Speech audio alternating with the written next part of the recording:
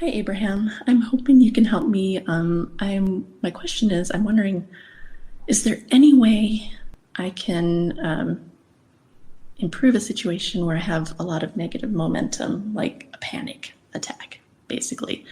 All it takes is 1 second, where my husband slams on the brakes in traffic, or I look down and see a big drop off, or we're going around a curve, I think, too fast, and I start panicking, and it just snowballs from there. I've tried meditating, thinking positively before a trip, and I can't avoid it. So it just really snowballs. And by the end of it, I'm physically sick and I'm worried about what it's going to do to my body. And it also just kind of ruins the trip. So if there's anything else I can try, I would really appreciate your advice. Thank you. Well, we want to begin by saying you certainly can do something about it unless you don't think you can do something about it. In other words, I can't do anything about this is something we would write on a card and drop in the inactive box. No use in trying. I can't make a change. No use in trying. I've been like this for years. Inactive, inactive, inactive, inactive, until you've made a point to yourself that you've got things going on that you're keeping active, you're trending, to the point that you get from, you said, in a second. You don't get anywhere that fast unless you've really been practicing that kind of trending. And so we think this is such a wonderful example. We are so appreciative of your question and the timing of it in this conversation because you have choices. But here's the thing. If you've been trending, if you've been feeling insecure, if you're... Jerry used to say to Esther, because Esther did almost all of the driving, far and away the majority of it. And especially when they were in the monster buses, the big buses as they were traveling from place to place around the country. And sometimes Jerry would be in the passenger seat, often not. Often he was laying down in the back or back at his desk doing something. But when he was in the passenger seat and he was reading or working on something, and then sometimes he would look up, and what he saw would surprise him because he hadn't been looking down the road with Esther. He hadn't been aware that she was about to make an exit. He wasn't aware that there was something in the road that she was swerving around. And so it would startle him. And he'd say, I don't know why I ever take my eyes off the road. And this is the point that we're really wanting you to hear, is that if you're startled by something, it's because you haven't been aware and you haven't been seeing it coming.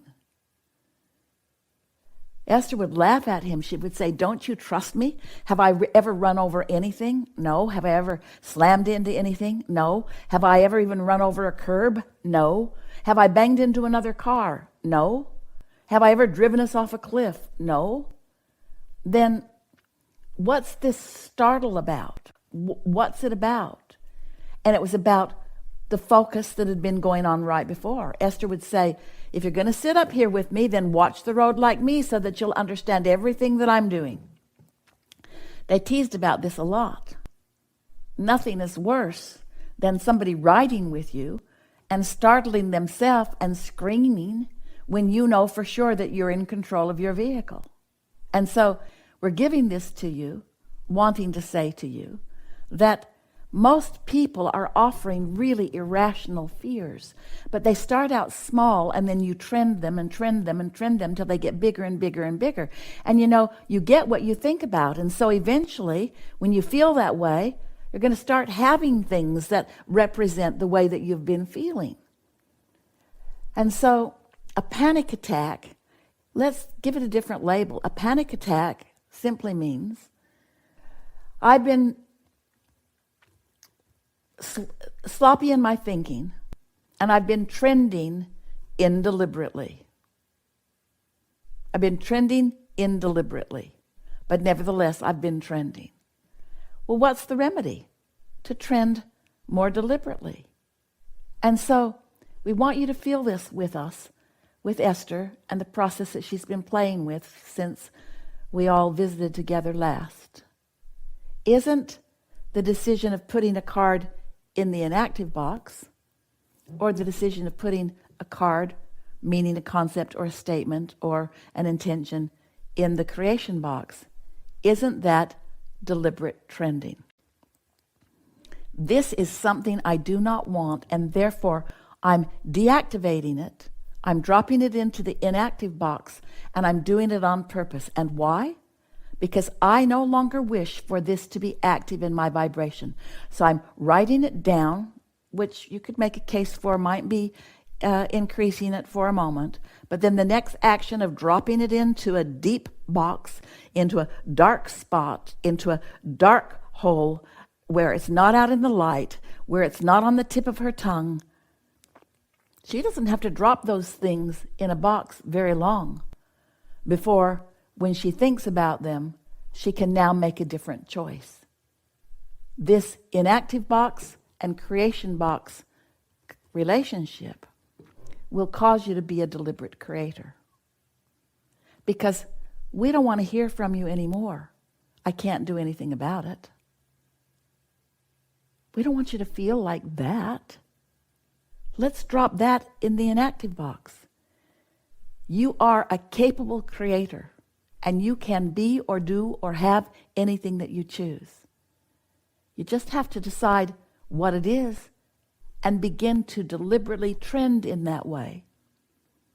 And be aware of when you are not trending that way, because airtime is airtime. Airtime is practice time.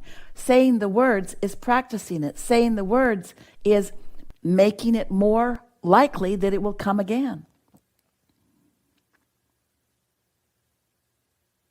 Your world often warns you about things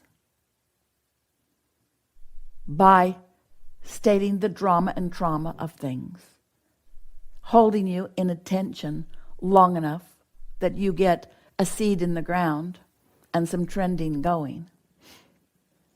And once you start trending, and as our friend said to us earlier, I don't want to have to think so hard about this.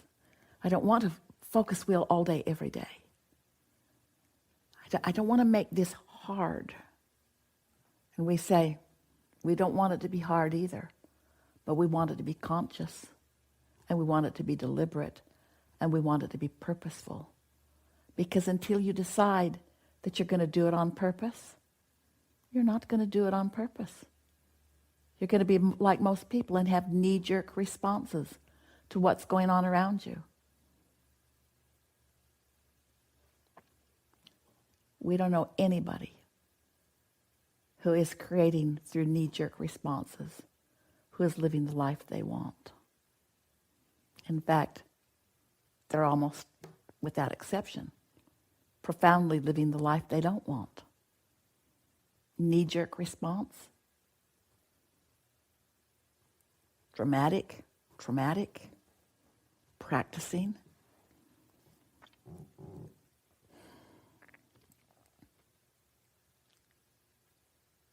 What stories do you tell the most often?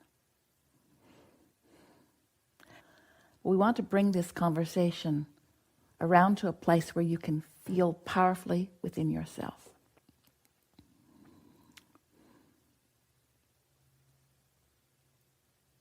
That when you begin deliberately trending and you catch the spirit of your inner beings trending, that the ease of positive trending will begin to be recognized by you. It's a struggle up the emotional scale when you're reaching for relief from those lower vibrations. But once you get into the upper half of the scale, it calls you. It gives you wings. It brings thoughts that please. It activates your senses. In other words, once you tip ever so softly into more deliberate thinking and deliberate feeling and deliberate creating, you'll discover what true leverage is. We're still calling it co-creating at its best. We know that there are advantages that you're receiving today, for sure. There's no ending to your inner being's willingness to focus with you in relationship to what you think or what you want on every subject in the world.